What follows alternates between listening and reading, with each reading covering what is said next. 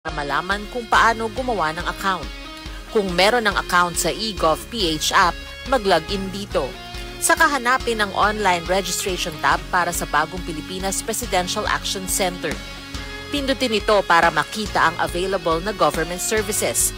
Piliin ang serbisyo na iyong kailangan mula sa listahan. I-upload ang requirements ng serbisyong kailangan mo. Pumili ng petsa at oras kung kailan nais pumunta sa Bagong Pilipinas Presidential Action Center. I-submit na ang iyong application at bigyan ng pagkakataon na ma-review ang iyong isinumiting requirements. Hintayin ang QR code para sa kumpirmasyon ng iyong schedule. Makakatanggap ka ng text message para malaman kung naaprubahan ito. Sakaling hindi ito maaprubahan, makakatanggap ka rin ng text message para ipaalam ang kulang na requirements sa kasubukang mag-register ulit. Kung nakatanggap na ng kumpirmasyon, maaari nang pumunta sa Bagong Pilipinas Presidential Action Center sa napiling schedule, dala ang QR code at ang mga isinumiting requirements.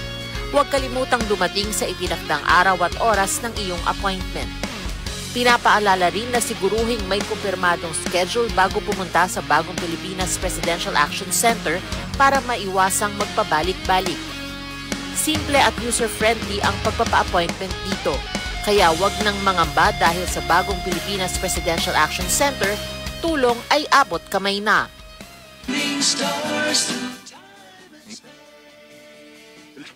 Ito ang Pinoy kultura. Huy, nabiktima ka na ba ng fake news? Radyo Pilipinas. Radyo Publiko. Radyo Pilipinas. Radyo Publiko.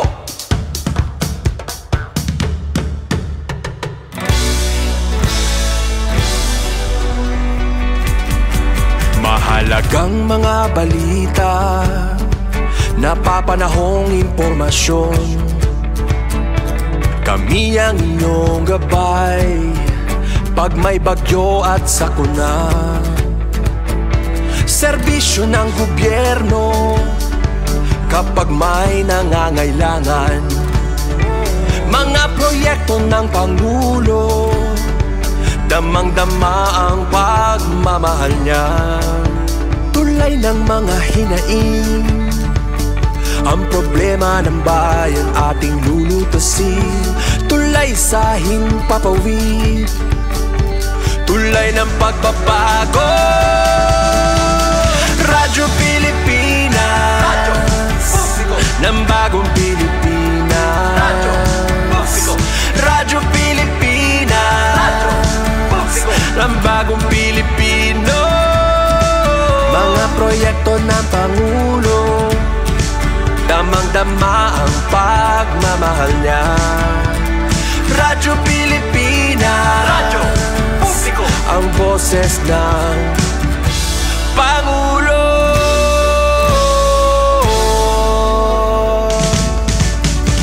Karamay nyo kami, kahit malayo man kami nakakarating. OFW magsasaka, buhay ay iba't iba, san mang lugar ng bansa natin. Tulay ng mga hinaing, ang problema ng bayan ating lulutasin. Tulay sa himpapawid, tulay ng pagbabago. Radyo Pilipinas, Radyo Publiko. ng Bagong Pilipinas. Radyo Publiko. Radyo Pilipinas, Radyo Publiko. ng Bagong Pilipino. Mga proyekto ng Pangulo, damang-dama ang pagmamahal niya. Radyo Pilipinas, Radyo Publiko. ang boses ng Pangulo. Radyo Publiko. Radyo Pilipinas, Radyo Publiko. Radyo Pilipinas.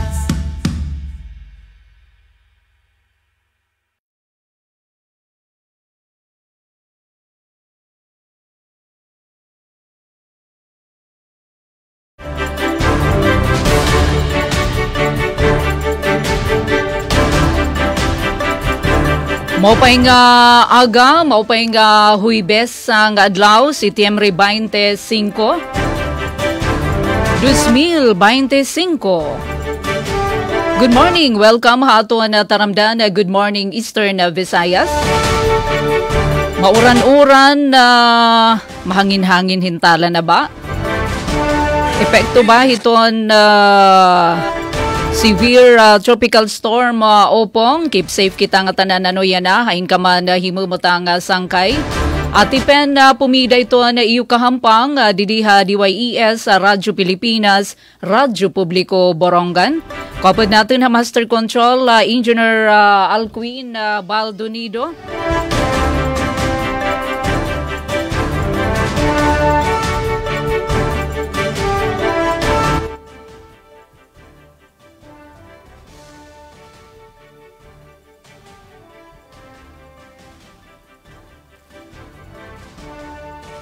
Alright, so okay, so thank you han Info Engineer Alcuin. Ito na ito nagka-partner di Master Control Transmitter Chief Tech Joey Policarpio. Pinagi ito na supervision ni Ate Ruth Rivera Abunda. Gintirigab nga puwersahan na Radyo Pilipinas sa bugos nga sinirangan na Visayas. Sugad man nakaato naka PCO Philippine Information Agency. Kuya Bong Pedalino, Sir Bong, hito na PIA Southern Leyte nga na-acknowledge anay naton ito naton mga ka-RP han Radyo Pilipinas sa Calbayog. Maupay nga aga Charmaine Perito Balves. Anato na mga kaupdana na dida ha pangunguna ni ASM Jean Navilon. Sugad man ha RP Sogod Southern Leyte. Adahi Sir Dindo Alaras, maupay nga aga Sir Dindo ngan mga ka-RP Sogod. Good morning mga tiga pamati, maupay nga aga ha ato nga tanan. Una anay nga sitwasyon hito na panahon didiha ato na syudad hito na Borongan. Diri good nagapapakita hi Mr. Haring Araw, medyo natarihti kami yan na didi. Pero okay pa man so far. Thank you Lord no ito na ato na panahon.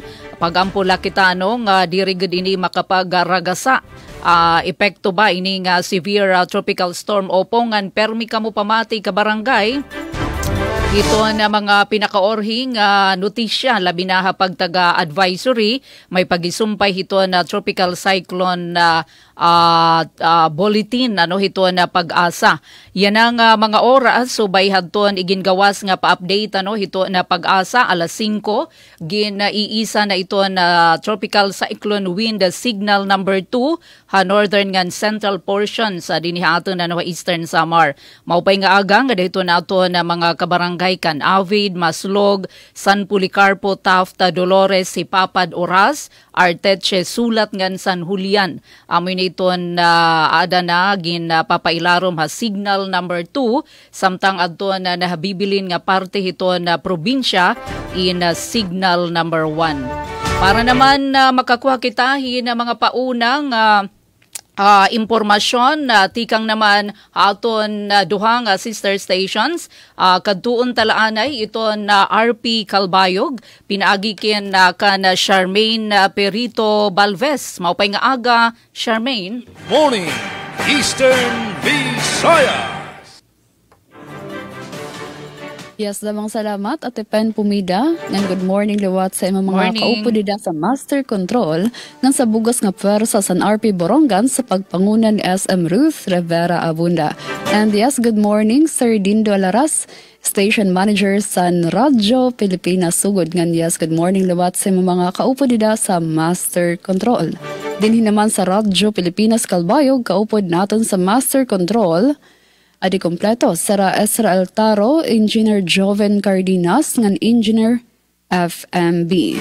Okay, updates ang kamatangan sa panahon. Dinhi sa Calbayog may da kami na eksperyensya nga pag-inuran.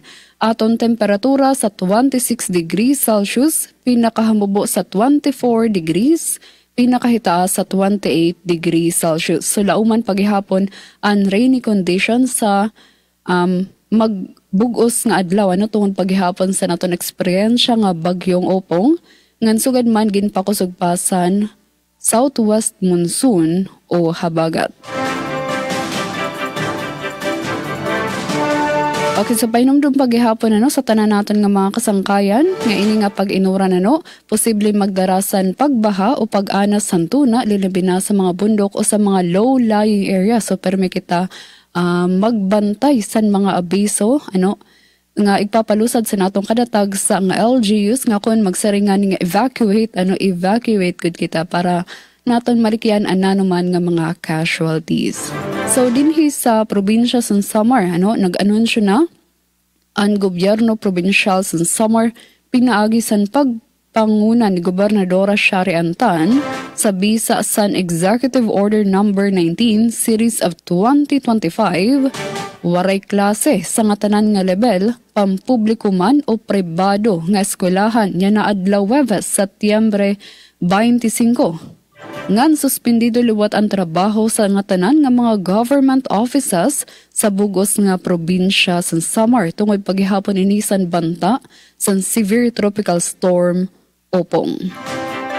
Of course, dinigihapon sa Samar, Northern Samar, ang Coast Guard District Samar ug Northern Samar ngan sa bugos nga Eastern Visayas. So temporaryo nga suspendido ang biyahe sa nga tanan nga mga barko ug motorbangka sa aton rehiyon tungod sa epekto paghihapon sa bagyong Opong.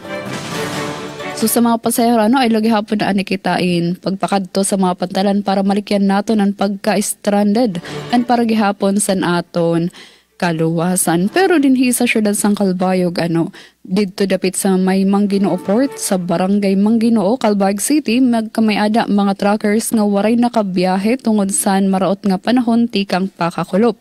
So nagbuhat na sin intake interview ang City Social Welfare and Development Office para sa makahatag initial assessment para sa posible nga bulig o pag-assister sa era karagsingon na nagkamay da interview sa mga stranded nga mga truckers para sa era matagan sin pagkaon o nanuman nga panginahanglan iba pa nga suporta. So update na isan aton pagtagatubig naman dinhi sa syudad sang Calbayog. So good news waray man sin advisory gin palusad hiunong san pagka utod san tubig naton ngan sa pagtaga-kuryente naman may daging palusad nga service advisory sa Melco 1 kundi inya na adlaw Huwebes, Setyembre 25 magkakamiada replacement of damaged fuse cut out dida sa panlahiyahan ngan Rotten Primary Pole at Barangay Kabatuan sugad man clearing of distribution line at Kabugawan, Kutob, Barangay Baral. Apektado mga barangays tikang Kabugawan, Kutob, Dawo ngan makatingog. So titigangan ini na alas 9 san aga, Kutob alas 4 san Kulop.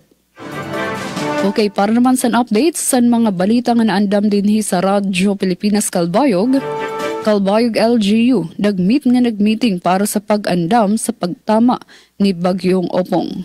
Agrikultura, pangisda, panlawas ug ecotourism tututukan san bag-o nga administrasyon san Daram. Ngan mas maupay nga Gamay District Hospital halad san gobyerno probinsyal sa Northern Samar.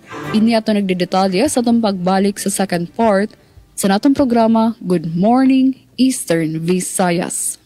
Good morning, Eastern Visayas. Good morning, Eastern Visayas. Na mga salamat Charmaine Perito Balves sa ingat aton mga kababayan di na naman habugos nga probinsya hiton na Samar. Bueno, ngadto naman kita RP Radyo Pilipinas sa Radyo Publiko Sogod Southern Leyte with SM Dindo Alaraz. Pero aton anay i-greetin best wishes si Miss Dalia Abiera Urit. Yan na ba Sir Dindo aton kasal ni Miss Dalia? Good morning Sir Dindo. Oh yes, mo pa nga aga. Apen. Yes, good morning sir. Dililuwat ato na karus sa hira Okay, so okay na akong audio, Pen, okay na? 5x5, Sir Dindo, go ahead. Okay, so good morning all around. Maupay nga aga, dida Burungan, dida Kalbayog, and all our listeners here in Southern Leyte. So, siyahan, ako lang pahinumdom kan Pen, and dida kanda Charmaine, no? Naton magkauro sa Burungan ngan Kalbayog, ngan didiha Southern Leyte, that you are listening to the outstanding PBS program. And good morning Eastern Visayas. Bangin ang alimot na kamo ha.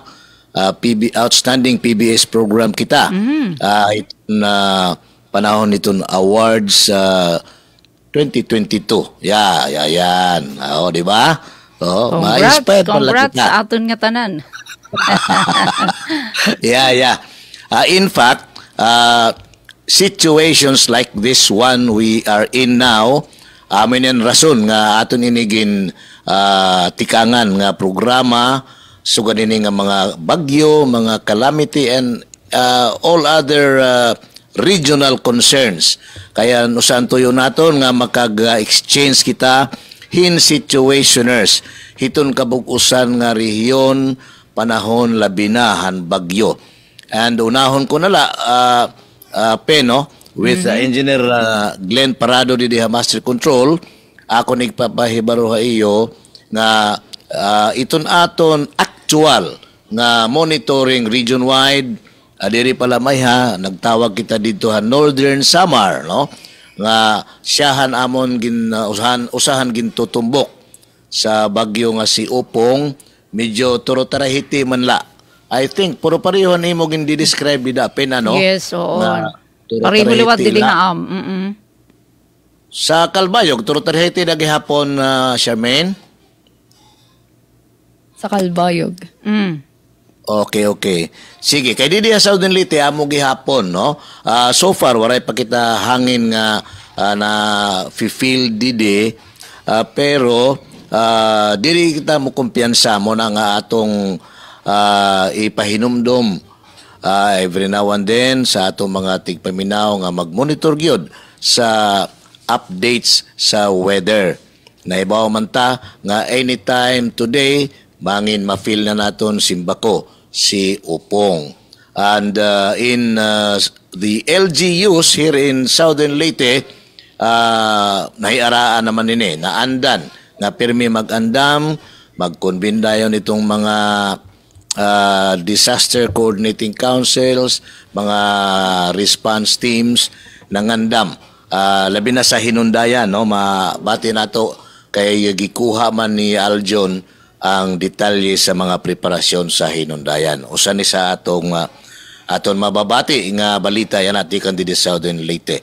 And before the other information, aside din nga bagyo, important nila liwat nga makialayon kami ha iyo pagpahibaro iton mga taga Kalbayog, taga Burungan, taga Eastern Samar, taga Samar nga andalan the usual way to Liloan nga via Mahaplag ang sugod yan na sarado, no? Sarado ito kay may trabaho, may tulay nga ginuwaway din, nagbubutang irayton mga beam nganin mga pile. So siring pan DPWH maabot in 10 days. Nagtikang hininga Lunes, no?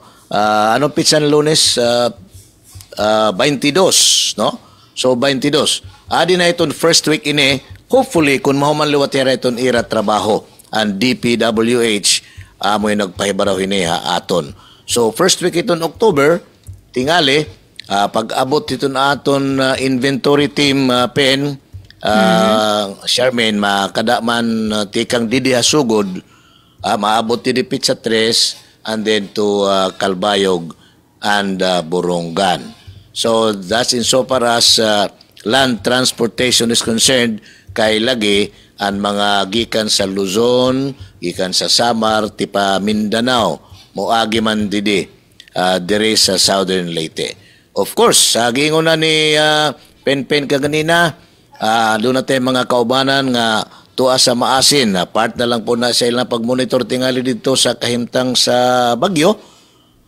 Kay adunay mas importante pa sa Bagyo dito, no? Tuwa sa maasin ang kasal sa usa sa atong tulo ka dalaga. Wow. Si Dalia Orit. So duha na lang ang nabilin nga dalaga didi. So good. Sa iba pa nga mga information, Pen, kakulop, nagkamayadahin peaceful rally. Baga anti-corruption gihapon. Didi hasugod. So waray kamo dugan na Sir Dindo hadton Saturday ba adto? Domingo. Domingo, oo. Waray, naglugaring hira didi. Pero ini, ang mga estudyante lainihan, Southern Leyte State University. In fact, sulod sa campus, ang ilang rally, nagparade, and then ato nag-air live, di kan diri sa campus, o live diri sa ato ang broadcast, and then YouTube channel naton, and of course, na Facebook live, diha gihapon.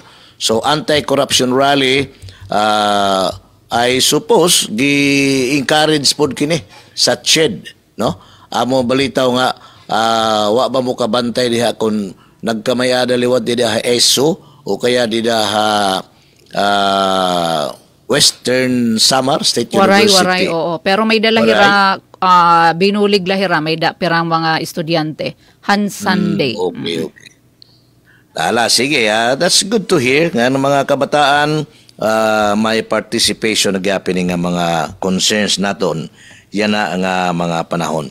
May daliwat news si Aljon Ronian in partnership inusa nga universidad dito sa Vietnam, partnership with the Southern Leyte State University. No, nahinumdum na liwat ako, usa ako team Southern Leyte State University nga kumadto Vietnam. Sanad to Agosto, okay, nagkamayada dito mga presentation mga research, Pen, interesting kay mga patanon ako gudlan Lurulagas dito nagpresentirahin mga iba-iba nga mga researches, very broad ang coverage, dili lang agricultural production, may dapat ito nga mga concerns in the information technologies that we are experiencing right now. So amo iton mga pasiuna namon didi akon utrohon okay man lan pasior din kuryente okay man gihapon, no? Kay walay pa man hangin while siring pa Tagalog inaantabayan na natin ang bagyong si Upong. Nakahanda ang mga LGU. Pagkatapos itong mga biyahidor tika diha Mindanao ayaw ko mo pagkumpiyansa. Anyway, maliban nito dida nga agian Charmaine nga mahaplag sugod ngadto Mindanao, may daman two other ways. Dito pag-abot mo abuyog, mapawala ka dayon. Adto na ito liwat, diri na maagi diri mahaplag. Otherwise, diretso ka bye-bye, tapos via Hilongos Bato, sugod, and tikadto na iton mga ferry terminal naton didi, Liloan, San Ricardo, and San Juan. Tulo. In fact, may dapausa sa Padre Burgos. So, so far, yan lang muna from Radyo Pilipinas, Sogod, Southern Leyte, tikan didihiton aton yan na daily program, the outstanding PBS program, and kabugusan nga Presidential Broadcast Service, and Good Morning Eastern Visayas. Dindo Alaras on behalf of my companions here, my colleagues. Once again, good morning, Eastern Visayas.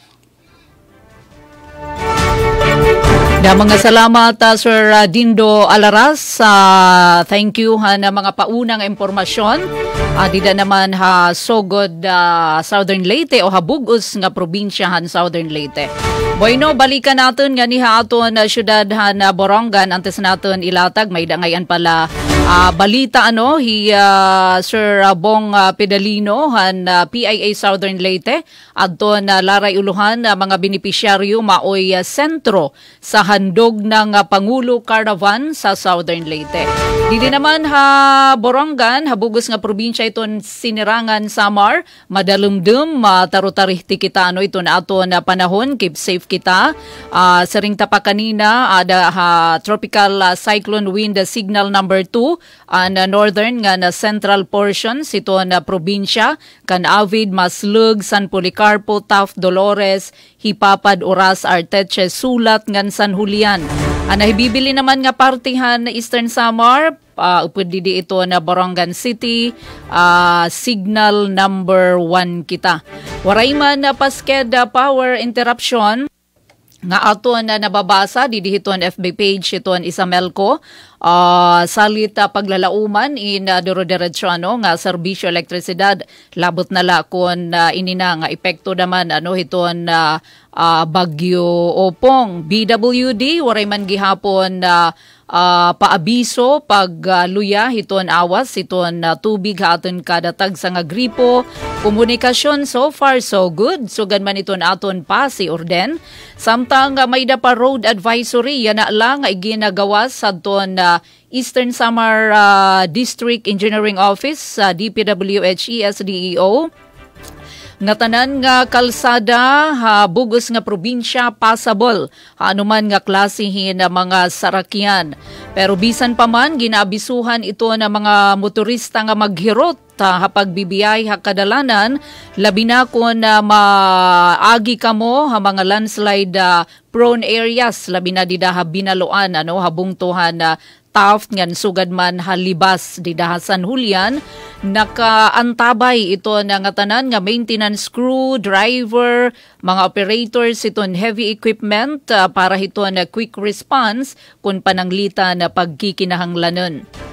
Padayon nga nakamonitor ito na DPWH mga kondisyon hiton aton kakalsadahan nga na magpapaabiso kon may da mga kadugangan nga mga advisory measures.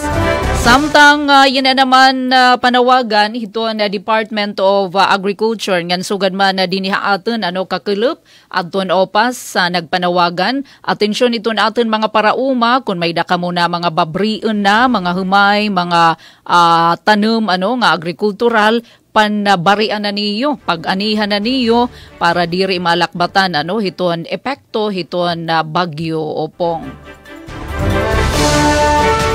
Atin na i-greet atin Nilda Reyes, dito naman US of A, Merly Hicomo, Jen Golmatico, nga na Reynaldo Galicio, maupay nga aga.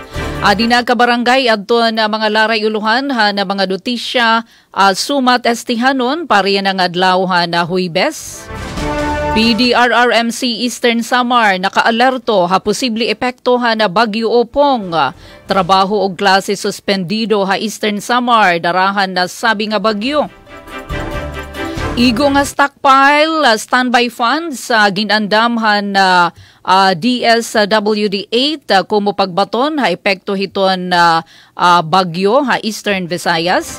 Samtang Coast Guard Eastern Visayas pinahatasan aton alerto samtang nati kaharanian na bagyo suspension hanbiyay dagat igin papatuman Eastern Samar samtang di naman adton balita unina ni Ate Sukoy pre-disaster risk assessment kon PDRA meeting gindumarahan CDRRMC mga pangandaman LG Borongan posible mga pagtatagrap ni Bagyo Opong syudad iginlatag. Amo ini mga daggang nga mga sumat nga iba pa nga mga notisya aton mga sister stations sa PIA aton ipapahamtang din nila aton taramdan.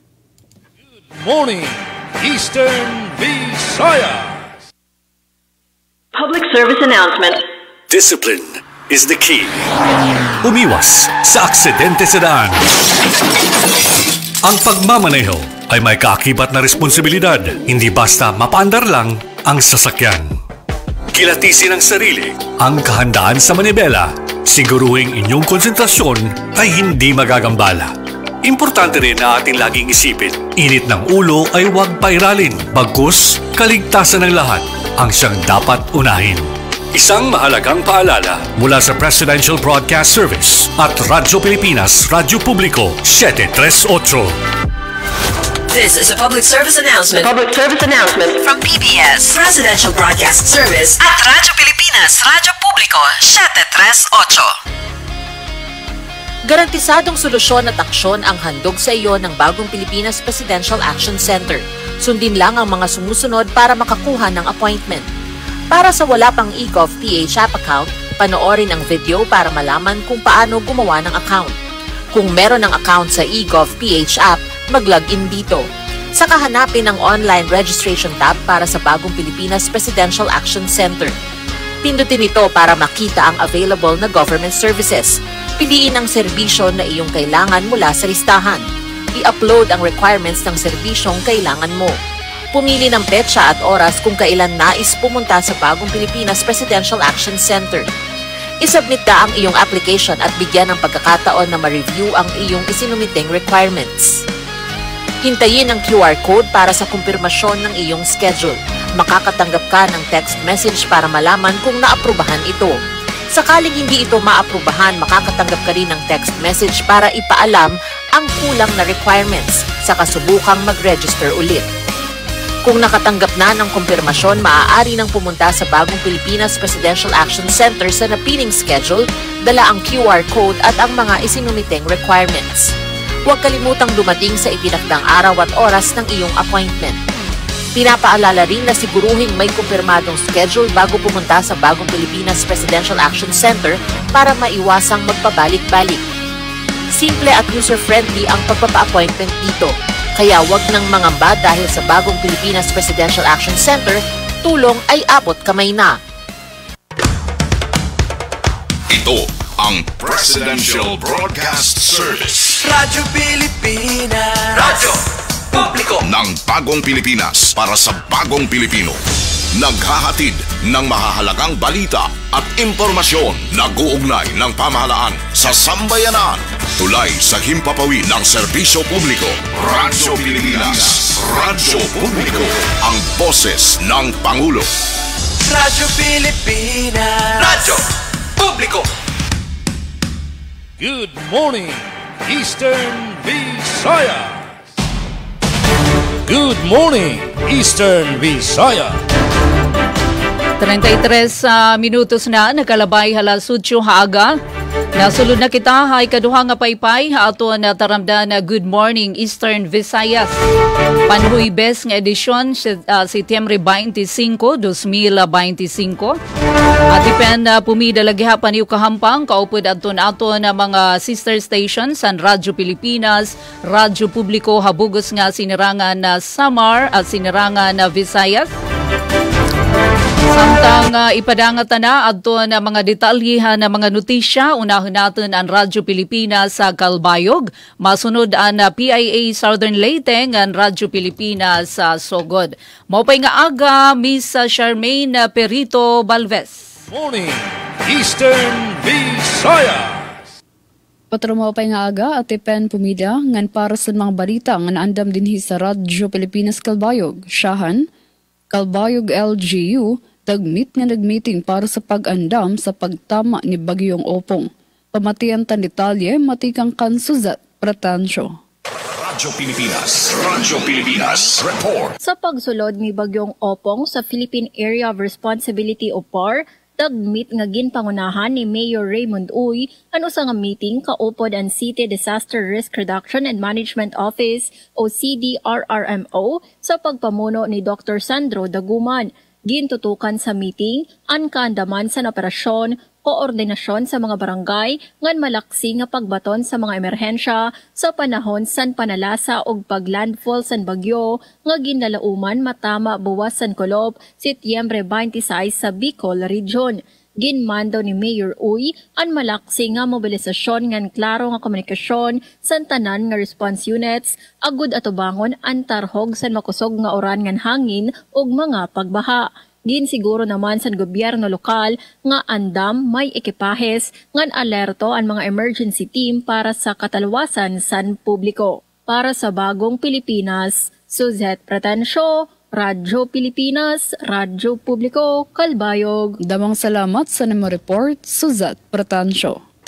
Good morning, Eastern Visayas. 36 minutos na nakalabay halas 8 haaga ato naman na pamatian adto na balita tikang PIA Southern Leyte pinagikan Sir Bong Pedalino. Mga benepisyaryo maoy sentro sa handog ng Pangulo Caravan sa Southern Leyte. Radyo Pilipinas report. Si Leomar Valdez, 49 anyos, minyo, may 5 ka anak. Nagpadayag sa iyang dakong pasalamat kang President Ferdinand R. Marcos Jr. gumikan sa Tupad Program. Pinagi sa Department of Labor and Employment, tuyog usab sa Department of Environment and Natural Resources o sa City Government of Maasin. Si Valdez, presidente sa Barangay Kabadyangan Environmentalist Movers Organization (CIMO) sa Bukirang dapit sa syudad, mingon dihay mga usa ka gatos niya ka mga kaubanan sa CIMO ang nakatrabaho sa tupad pinagi sa paglampas og pagtanom sa 500 ka mga kahoy tugas og nara sulod sa napulo ka adlaw. Nakadawat og tag 4,200 pesos ang kada usa kanila atol sa ceremonial distribution sa provincial gym pagka Septyembre 13 bugti sa napo ka adlaw nila nga trabaho. Si Valdez usa lamang sa daghang mga nakadawat sa mga ayuda, programa o mga serbisyo gikan sa lain-laing ahensya sa gobyerno na ng adlaw nga gitawag Handog ng Pangulo, Serbisyong Tapat para sa Lahat. Kalihukan lukup sa nasod pagtimaan sa ika-68 katuig nga adlaw na tawhan ni Presidente Marcos. Formal nga gibuksan kini diha sa ribbon cutting gisundan sa pagtibaya o pag-awit og happy birthday pinungod sa presidente. Si Atty. Gisela Calalo, Executive Vice President o Chief Operating Officer sa Basis Conversion Development Authority, kinsa mo'y nagrepresent ni Presidente Marcos, misalmot sa seremonyal nga pagpanghatag sa mga government assistance duyog kang Provincial Board Member Jonathan Maraon, City Mayor Luz Mercado ug uban pang mga LGU officials. Samtang si Provincial Board Member Maraon kinsa namulong sa ngalan sa Governor o Vice Governor mingon usa ka misyon pag-alagad sa katawhan ang handog ng Pangulo Serbisyo Fair o nagpasalamat siya sa Presidente gumikan ni Ine. Da mga salamat Sir Bong Pedalino. Good morning, Eastern Visayas. Sir Dindo. Good morning, Eastern Visayas.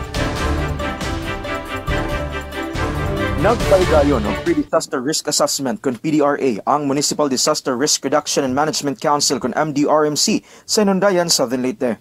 Kinaron hisgutan ang mga gikinahanglang pagpangandam sa posibleng epekto sa bagyong Opong. Sa panguna ni Municipal Mayor Evelyn Lee, gihisgutan ang kasamtangang sitwasyon o update sa gibantayan nga panahon o giila ang mga posibleng risgo. Gilatag usab sa MDRMC ang mga ngayang responsive measures aron masiguro ang kaluwasan sa matag hinundayanon.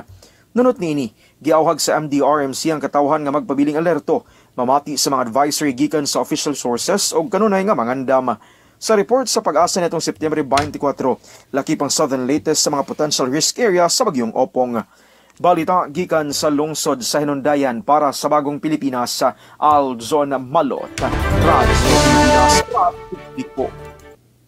Good morning, Eastern Visayas. Da mga salamat, Aljon. Samtang balita naman, didiha probinsyahan na sinarangan na Samar. PDRRMC amoin nakaalerto posible epekto na bagyo Opong. Nagaandam na na Provincial Disaster Risk Reduction and Management Council kon PDRRMC na Eastern Samar kontra na posible nga epekto na bagyo Opong. Hagin buhat nga pagtitiro na konseho nga pinangunahan ni PDRRMO Chief Engineer Tomas Campomanes nga nagrepresentar na Governor Vincent Ivardoni PDRRMC chairman ginalertoan nga tanan nga ahensya nga sakupan na emergency operation center nga incident command system upod adto na mga local DRRM offices base masiguroan madagmit nga aksyon kung may kinahanglanon. Sumalahan na pag-asa ginalalauman nga magdadarahin uran nga na sobra 200 millimeters. Kundiin ang mga bungtuhan kan Avid, Maslug, San Policarpo, Taft, Dolores, Hipapad, Oras, Arteche, Sulat, San Julian, amoy nasasakop na tropical cyclone wind signal number 2. Samtang adun iba pa nga parte na probinsya, ada na signal number 1. Alas 5 nga aga nga pa-update hadton pag-asa, na sentrohan na severe tropical storm Opong, inahamumutang 440 kilometers east hito na Giwan, Eastern Samar. Kasumpay hini, nagpatapod hin kaandaman, na mga ahensya, Sugadhan Coast Guard, PNP, DPWH, NFA, Office of the Provincial Agricultural Services kon OPAS, nga iba pa hapagpatuman hin mga pitad pangandaman. Sumala hadton NFA, iguan supplyhan bugas, samtang adton na Coast Guard Station Eastern Samar, nagamando na hin na suspensyon hadton na mga biyahe pandagat ha probinsya. Kasumpay hini, nagpagawas naman hina kamanduan hi Governor R.V. Ivardoni hina suspension han trabaho hangatanan nga government offices pati na pribado nga sektor ngan klase hangatanan nga level pampubliko man o private habugos nga Eastern Samar. Tungod iniha na peligro nga darahan na severe tropical storm. Magpapadayo naman ang operasyon han mga ahensya nga may kalabutan hapanlawas, disaster preparedness nga emergency services. Samtang adto na mga pribado nga kompanya ay ginahatag ang diskarte ang pagdesisyon kung magsususpender liwat hira. Good morning, Eastern Visayas! Agrikultura, pangisda, panlawas ug ecotourism tututukan sa bag-o nga administrasyon sa Daram. Pamatian tan detalye matikang sa akon report. Radyo Pilipinas report. Sa inaugural address kasumpay sa founding anniversary sa Bungto, Sandaram, Samar, kinpahayag ni Alcalde Lucia Latore Astorga na tututukan sa iya administrasyon ang agrikultura, pangisda, panlawas ug ecotourism. Dugang paniya, igpapadayon ug papahilawigon ang mga proyekto nga gintikangan sa anay nga alkalde. Usa na dinhi ang pakigsampayan sa Oceana para maibanan ang post-harvest fish losses nga nagtutuyo pa kusgon ang panginabuhian sa mga mangirisda ug igduso ang makakalibungan ng mga pamaagi sa pagpangisda. Gintagon doon liwat sa alkalde ang importansya sa kolektibo nga pagkaurusa sa nga tanan ng mga sektor sa sosyedad. Para kan Alkalde Astorga, dirila ang gobyerno o opisyal ang susi sa pag-uswag kundi ang urusa nga pitad sa kada daramanon. Para sa Bagong Pilipinas, Charmaine Perito Balvez, Radyo Pilipinas, Radyo Publiko, Calbayog. Good morning, Eastern Visayas! 44 minutos na kabarangay ang nakalabay alas 8 haaga. Prostate o cervical cancer awareness drive gipahigayon sa St. Bernard. Ang detalye, report ni Ria Mikate. Radyo Pilipinas report. Posible nang malikayan ang seryosong sakit pinaagi sa hustong kahibaw ug sa iyong aksyon. Mao kini ang gitagan og gibugaton sa gihimong Prostate Cancer Awareness Day o Cervical Cancer Awareness Activities sa lungsod sa St. Bernard, Southern Leyte. Subay sa programang Puro Kalusugan, nasayran sa Radyo Pilipinas pinaagi sa Rural Health Unit and Family Planning Center nga tumong sa mga kalimkan ang pagpalapad sa kahibalo kamahin sa paglikay sa iyong pagdiskubre og hustong pagatiman sa panglawas aron malikayan ang grabing kadaot nga dala sa cancer. Matod kang RH Staff Clef Joseph Cinco, aktual nga gipagan ang prostate cancer blood test ug pap smearing na himong posible pinaagi sab sa suporta sa Accord San Juan ug Maricare sa Tacloban. Pinaagi sa pagkahiusa sa lokal nga panggamahan ng mga partner gilauman nga mas mapaligoon ang kapasidad sa komunidad nga tumangon ang health challenges ug masiguro ang mas simsog nga kaugmaon para sa tanan. Balita gikan sa lungsod sa St. Bernard para sa Bagong Pilipinas, Ria Mikati, Radyo Pilipinas, Radyo Publiko. Da mga salamat, Ms. Ria Mikate. Good morning, Eastern Visayas. Samtang pre-disaster risk assessment kon PDRA meeting gindumarahan na CDRRMC mga pangandaman han LG Borongan ha posible nga pagtatarap ni Bagyo Opong ha syudad iginlatag ani ang detalye report ni Sok Aberia. Radyo Pilipinas report. Igimpatawag nga pre-disaster risk assessment PDRA meeting ni Borongan City Mayor sa Ivan Dayan Agda, impinunahan ni City Vice Mayor Emmanuel Chusongco, igimbuhat ang Mayor's Conference Room ang pasado las 3 San Kalupan, Merkules, Setyembre 24. Tinutukan na sabing PDRA meeting, hakaangayan nga mga pangandaman hit mga peligro nga posible atubangan hit pagtatagrap ni Tropical Cyclone Opong nga syudad na masunod nga mga adlaw. Igin report ang City Disaster Risk Reduction and Management Office, CDRMO, nga una na ginalertuhan irabuhatan kabulig ang liga ng mga barangay LNB Borongan City Chapter. Ang mga opisyal han barangay nga i-reactivate ang iratagsa-tagsa nga Barangay Disaster Risk Reduction and Management Committee o BDRRMC. Kinsabi pa ang CDRMO nga nagdumara na liwatan irabuhatan in inventaryo ang pagkikinahanglanon nga logistics sa disaster preparedness.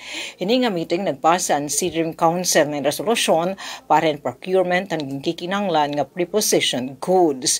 Samtang una na ginabusuhan ang mga kaapian sa CDRMC nga nakatalaan magdumaring palasunda nga meeting ang konseho.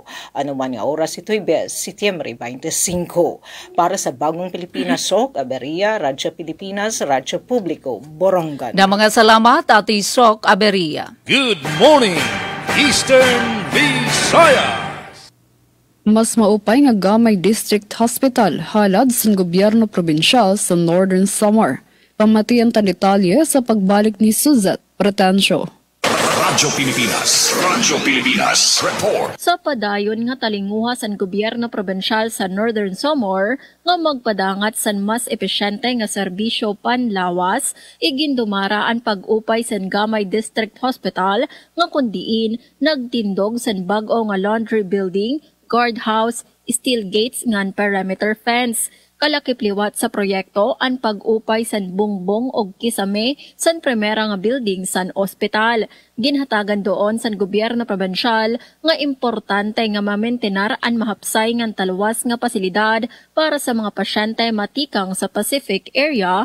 Ungay na ang mga hipid nga mga bungto san Gamay, sugad san mapanas ngan lapinig. Kapartean ining proyekto san HCO Development Agenda san gobyerno probinsyal nga nagahatag prioridad sa kalibsugan, pinaagi san pagpauswag san mga medical nga pasilidad agud mabaton ang panginahanglan san mga Nortehanon.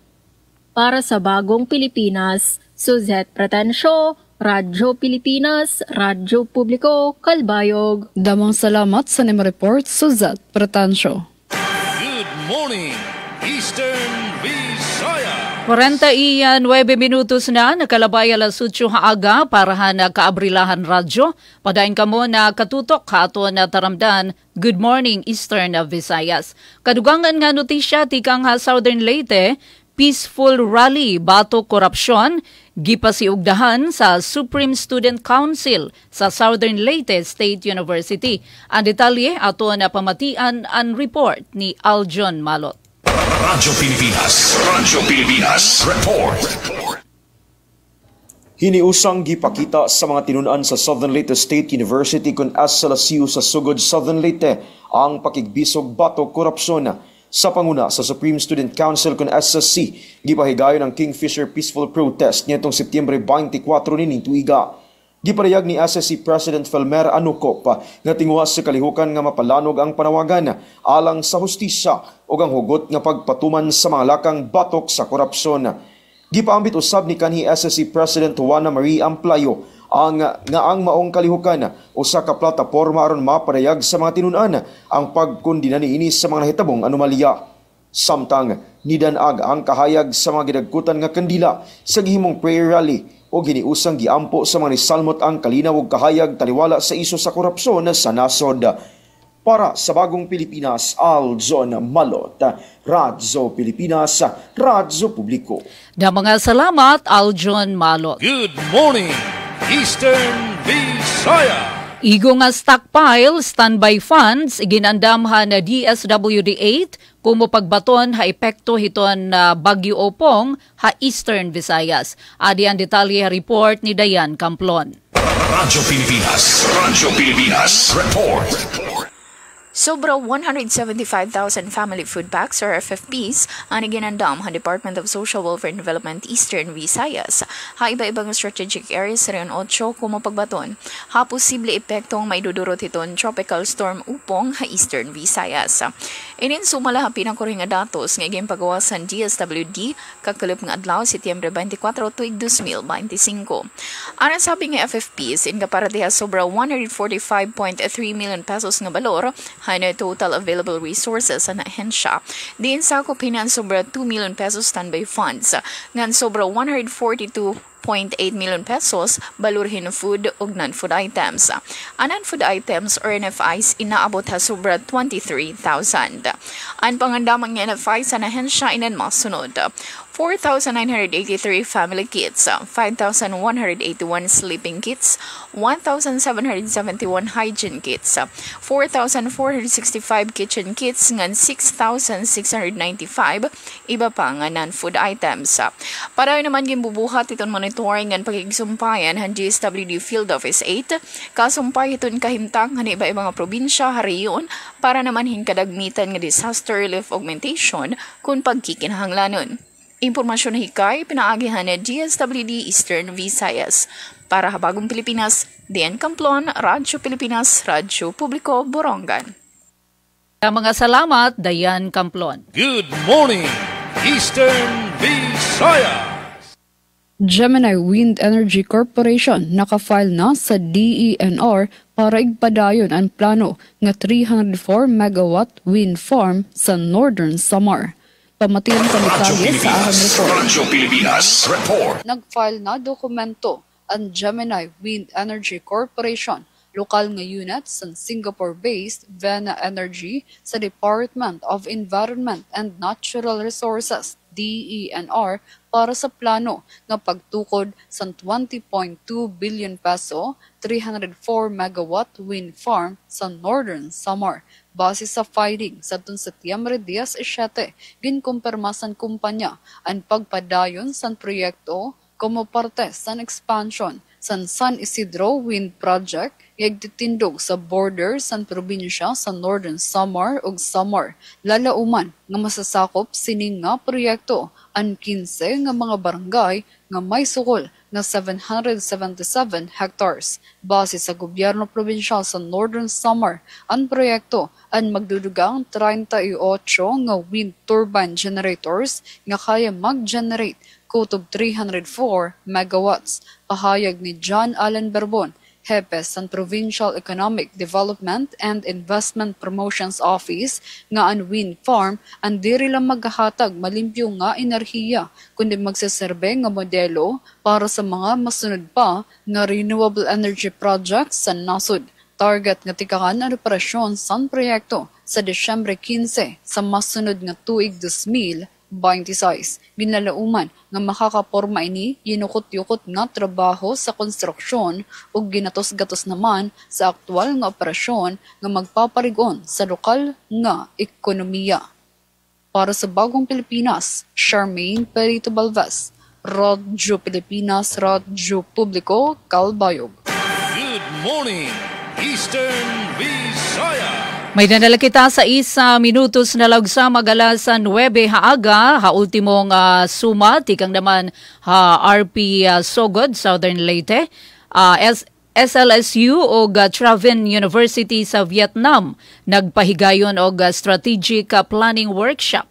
Aton pamatian ang detalye, ha report nga Gemma Destrisa. Radyo Pilipinas, report. Sa dugang balita, ang Southern Leyte State University sa Pilipinas uban sa Travin University sa Vietnam malampusong nagpahigayon og strategic planning workshop alang sa Education Transnational Graduate Education Program sa miaging semana sa Mark Hotel, Dakbayan sa Sugbo. Ang maong kalihukan gitambungan sa mga Vice Presidente sa SLSU External Linkages and International Affairs Office, mga official campus sa SLSU Tomas Opos, mga pangulo sa buhatan o mga magtutudlo sa Graduate Education Program uban sa representante sa Traving University. Tumong sa workshop ang pag-usas sa mga pamatasan, polisiya o mga pamaagi sa pagpatuman isip preparasyon sa paglusad sa pinatsangat nga mga Doctor of Education Program. Ang workshop nagsugod pinaagi sa mainitong pagdawat ni Dr. Constantino Medelio Jr., Vice President alang sa Academic Affairs sa SLSU. Din gitumbok niya ang papel sa education, isip kusog alang sa kabaguhan sa nasod o gipasabot ang kamahinungdanon sa mga programa, isip usa ka stratehikong pagpamuhunan sa institusyon aron magmugna og mga leader sa educational management policy ug supervision. Sunod niini si Dr. Ingrid M. Oy, Director sa External Linkages and International Affairs, may presentar sa mga tumong o kinatibukang paghulagway sa workshop. Si Dr. Yung Ho Ngoyen, ang Deputy Director sa International Education Institute sa Traving University, may pakita og mga paglaom o ingon man stratehikong direksyon sa Traving University alang sa maong programa. Ang mga sesyon sa workshop, nagunang sesyon nga may tema sa pag-usas sa mga pamatasan, palisiya o regulatory requirements, gipanguluhan ni Dr. Nola Grace Bitarmos, Dean Faculty of Teachers Education sa SLSU, ug ni Ms. Ngoyen T. Mangkan, Director sa International Affairs sa Traving University. Balita gikan sa Southern Leyte State University para sa Bagong Pilipinas, Gemma Destriza, Radyo Pilipinas, Radyo Publiko. Na mga salamat, Ate Gemma Destriza. Good morning, Eastern Visayas. Samtang kuha natin itong panamili temporaryo ni Sir Dindo Alaras. Go ahead, Sir Dindo. Yes, Pen, damong salamat sa aton mga kaurusa, no? Sa atong mga kaubanan sa pagpadangat sa mga reports. Una ko manamilit, Pen, ako lang utrohon para sa tanang magbiyahe nga maagi di Southern Leyte, sirado ang mahaplag sugod nga kalsada, pwede ka mo umagi via Silago ngan via Baybay Hilongos Bato sugod gihapon ngadto Mindanao.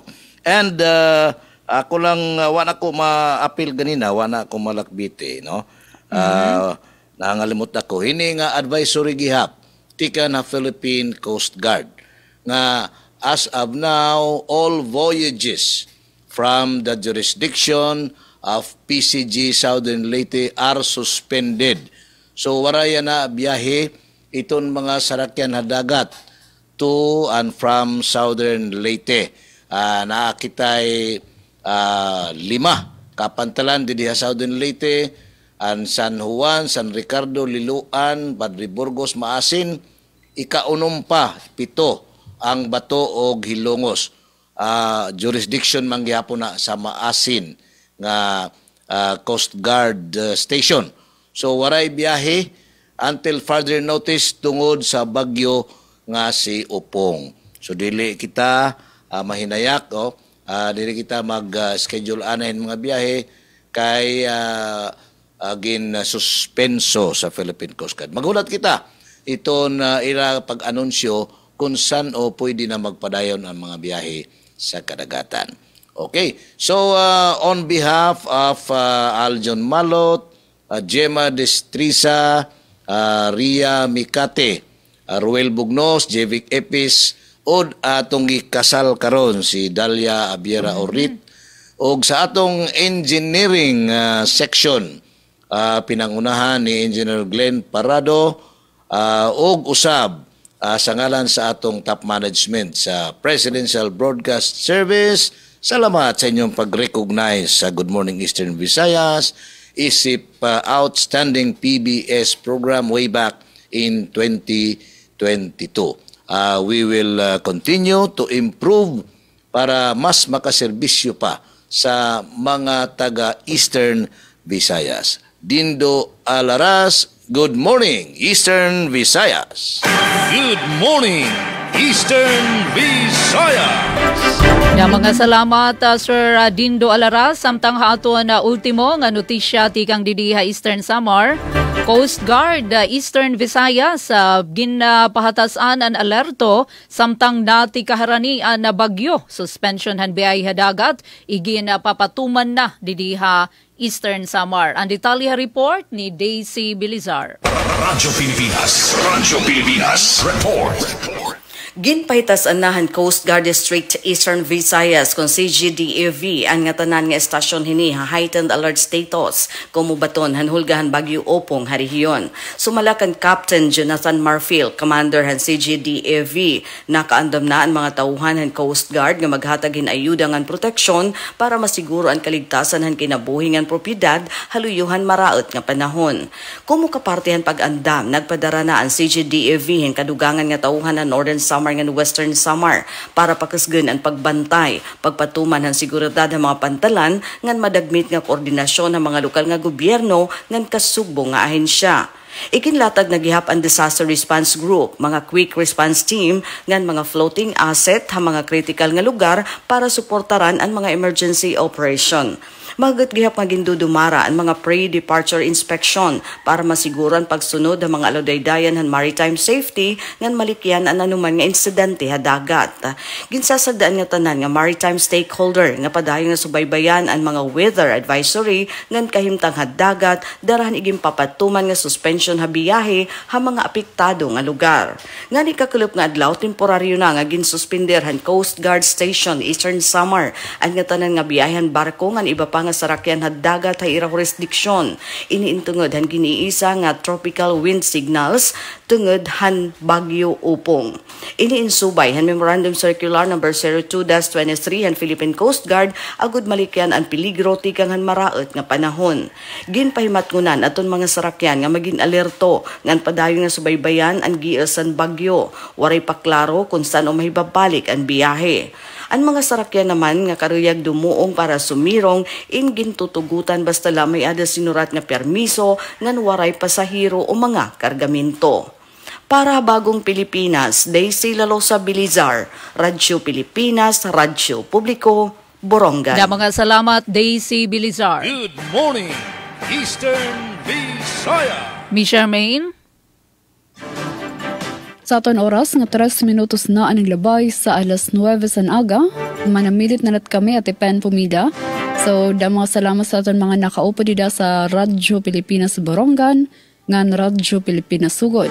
Dinhi naman sa Radyo Pilipinas Calbayog, nakaupod naton sa Master Control, Sir Ezra Taro, Engineer Joven Cardenas, ngan Engineer FMB, sa aton tagkontraber balita sa Z Pratancio, ngan sa ngaran sa aton acting station, Manager Hinaro Navalon, ako luwatan iyo nakaupod Charmaine Perito Balvez. Yan mag-urugpod pa kita, buwas naman Viernes ng edisyon, Setyembre 26 sa lain naliwat nga edisyon sa atong programa Good Morning Eastern Visayas. Damang salamat.